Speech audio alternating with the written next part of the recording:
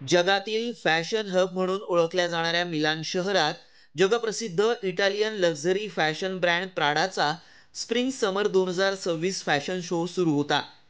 रॅम्पवर येणाऱ्या एका मॉडेलच्या पायात चक्क मराठमोळी कोल्हापुरी चप्पल पाहायला मिळाली आणि भारतीयांच्या भुवया उंचावल्या. प्राडाच्या रॅम्पवर कोल्हापुरी चप्पल दिसल्याची चर्चा सुरू असतानाच या कोल्हापुरी चप्पलची किंमतही समोर आली.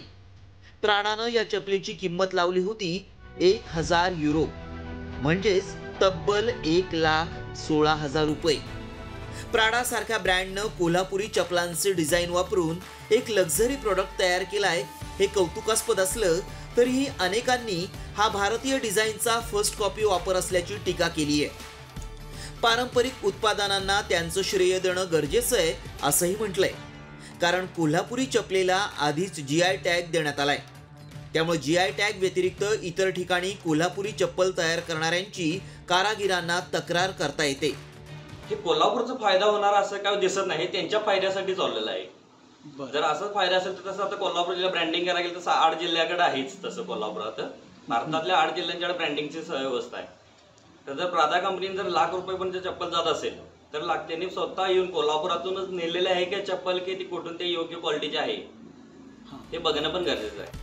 कोल्हापुरी चपलांचं वैशिष्ट्य काय आहे आणि या चपलेला जगभरातून मागणी काय आहे ते देखील पाहूया. कोल्हापुरी चप्पल 100% नैसर्गिक चामड्यापासून बनवली जाते. ॲलर्जी किंवा उष्णतेपासून संरक्षण मिळते. लोखंडी खिळे, मशीनचा वापर केला जात नाही. टिकाऊपणा, लवचिकता आणि कलाकुसरीमुळे ती प्रसिद्ध आहे. कोल्हापुरी चपलेचा इतिहास सुमारे 700 वर्षांपूर्वीचा आहे. ही चप्पल केवळ एक पादत्राण नसून पारंपरिक कौशल्य, स्थानिक जीवनशैली आणि ऐतिहासिक वारशाचं प्रतीक आहे. त्यामुळे भारतीय परंपरेचा भाग असलेली कोल्हापुरी चप्पल प्राडाच्या रॅम्पवर 1,00,000पर्यंत पोहोचली आहे. मात्र ती चप्पल पारंपरिक भावनेनं घालायची की लक्झरी स्टेटमेंट म्हणून हे प्रत्येकाच्या दृष्टिकोनावर अवलंबून आहे.